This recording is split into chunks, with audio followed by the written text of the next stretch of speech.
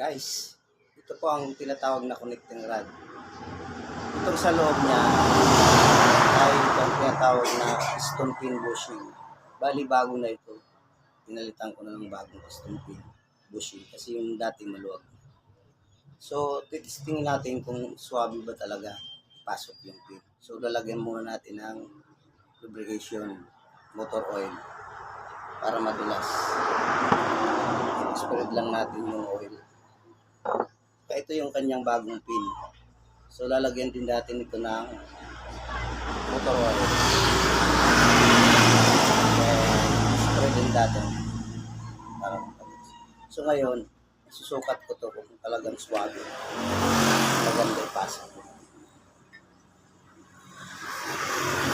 So, ayan po guys. So, swabe lang po siya ipasok.